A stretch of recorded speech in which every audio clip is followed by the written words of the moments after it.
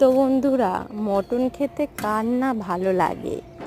তো দেখো, লাল লাল ঝাল ঝাল একদম মটন ভাতে, গরম ভাতের ওপরে গরম গরম মটন নিয়ে নিলাম, তার সঙ্গে আলু ঝোল আর বেশ খানিকটা মটন।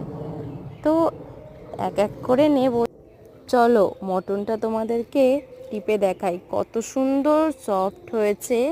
আর মটনের ঝোল দিয়ে আর একটু মটন কেটে নিচ্ছি, দেখো এত সুন্দর গলেছে কি বলবো, একদম তুলতুল করছে।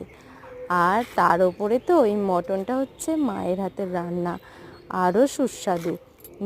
রান্না করার থেকে এই যে মায়ের হাতের মটনটা কিন্তু সব সময় মিস করি। আর আজকে যে কালে হয়ে গেছে, তো চলো গালে দেওয়া যাক। উফ, যা টেস্ট হয়েছে না, অসাধারণ।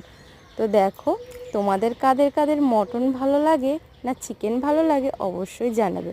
আমার কিন্তু এইরকম মটন বেশ ভালো লাগে। তো দেখো, আর তারপরে এরকম শ্বাস খেতে কিন্তু আরও সুন্দর লাগে। তো কেমন লাগলো অবশ্যই কিন্তু জানাবে। আর তোমাদের কোনটা ফেভারিট অবশ্যই বলবে। টাটা।